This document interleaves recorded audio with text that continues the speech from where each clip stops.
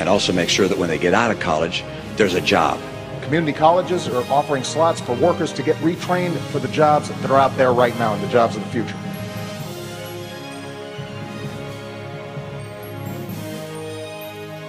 The most important thing we can do is to make sure we control our own energy. Let's take advantage of the energy resources we have, as well as the energy sources for the future. And if we do that, if we do what I'm planning on doing, which is getting us energy independent,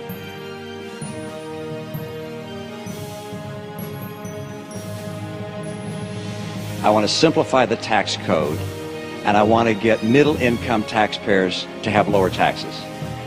I want to give middle-class families and folks who are striving to get in the middle class some relief.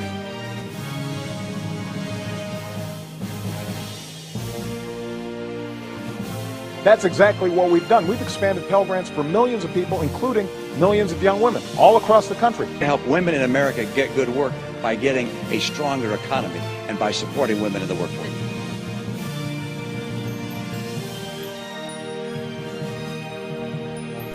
A large gathering of students and faculty assembled in the Plaza Verde Vista room for the latest Debate Watch. The Debate Watch is popular, but this is the first year for Angelo State. A lot of students don't really have a chance to talk about them, to really get in depth. But I feel like the talks afterwards are a little bit better for informing, and then hopefully the idea is that people that show up to this debate are going to go out and talk to their friends about it, and you know, that's how it's going to spread. It's not going to be spread directly here. I think it helps the students. I think we're able to bring together different professors from different areas is going to help the students get different perspectives, and having an atmosphere like this where the students are able to get together, share ideas, try to find the difference between the two candidates, and try to get their answers from the issues that are occurring. So yes, I think it's awesome. With direction from Security Studies Director Robert Ellers and Political Science Adjunct Professor Sean Morrow, the students discussed various talking points, including those affecting the college community. So you've got to look deeper, and that's what I enjoyed. Today, in my classes, we went to the ballot and things like that, and I showed the students about going deeper and digging in there, finding out what's actually on the ballot, who's running for what. A lot of commissioners, you know, you have railroad commissioners and judges and things like that. You guys don't know that unless you do your homework. Same thing with the social issues. Both sides say, I'm going to do this, I'm going to do that. How do you know? So it takes a little bit of work. We know what the founding fathers gave us, okay, with and stuff like that as we learn through our classes and teach through our classes. But we as citizens have to participate in that in order to keep it, okay? And so that's the job that we have to do as a citizen, is dig in there, try to weed through the bull, okay? Jon Stewart, well, okay, Comedy Channel, things like that. You got to weed through that Fox News, you know, Glenn Beck, and you know, things, all those different people that play a piece of the pie. You got to weed through there and find ownership to certain issues. What those wealthy people have in terms of expenses and what they're doing to drive the motor of the economy. All of those questions have to come into play. Now you have to approach them fairly and as objectively as you can. Nobody in this room is 100% objective. It just doesn't happen. Human beings are not 100% objective. They're just not. But you have to try, because you can't get a clear idea about these policy differentiations if you don't. We talk about some of these policies when we talk about the flip side of who's poor, okay? And correct me if I get some stat wrong or something like that, I'm going to put some generalization in there. I believe one of the deals that I was reading and gave to the class there a couple months ago was around 40,000 in California is the poverty line. Does that sound pretty close? I'm looking at y'all. Depends on the family size, okay? So I believe that's a family of 3. And I might be wrong on the number of kids, okay? So if 40,000 is considered the poverty line in order to get food stamps, and we get welfare out in California, but then you come to Texas, it's like 18,500 for a family of 3. When he was asked about, you know, what happened with the security for the embassies there, you know, I was discussing with some of my internet chat guys, and they did point out that apparently the question was sort of dodged. They shifted more toward, you know, saying that they did respond to the incident afterwards, but didn't really explain why there was apparently a lack of security in the first place. So now the Secretary of State has come out and said, the buck stops with me. And the President tonight said, no, actually it stops with me. So this is a very difficult question. Because at the end of the day,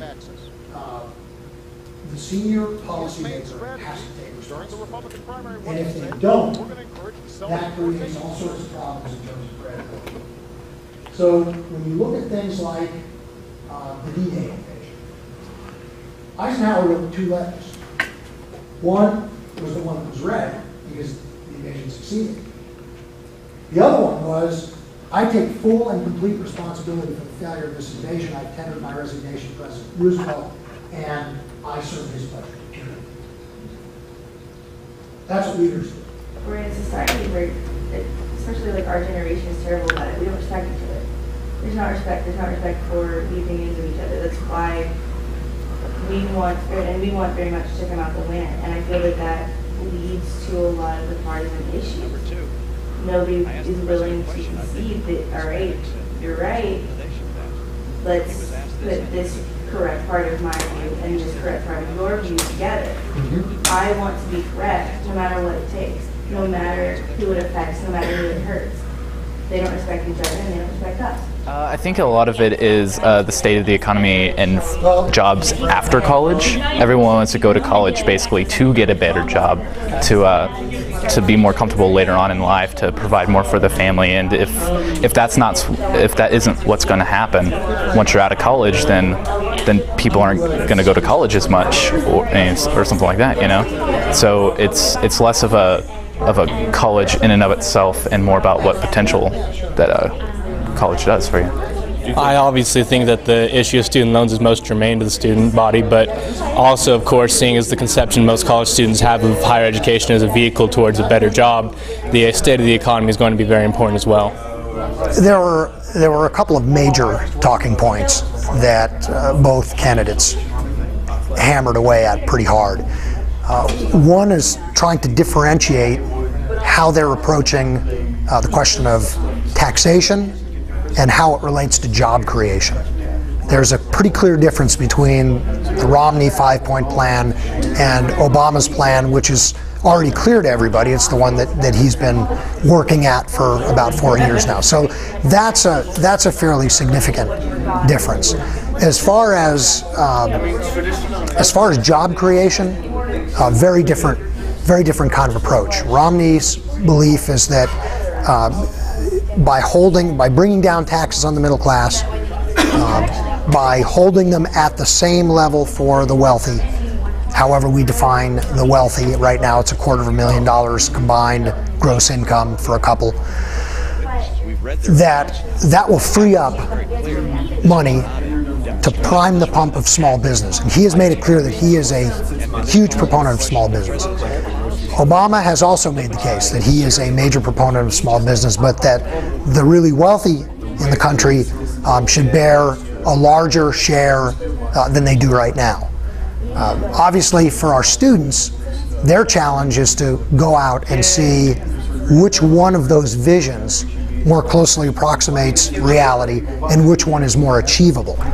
And the latter question is really the most important when it comes to turning the country around in terms of debt and in terms of deficit spending, in terms of the lack of budget. The students in attendance also look forward to the final presidential debate next Monday. I think there's going to be a lot more issue dodging with foreign policy, and there's going to be a lot more promises made by Obama, while there's going to be a lot more pointing towards early failures by Romney.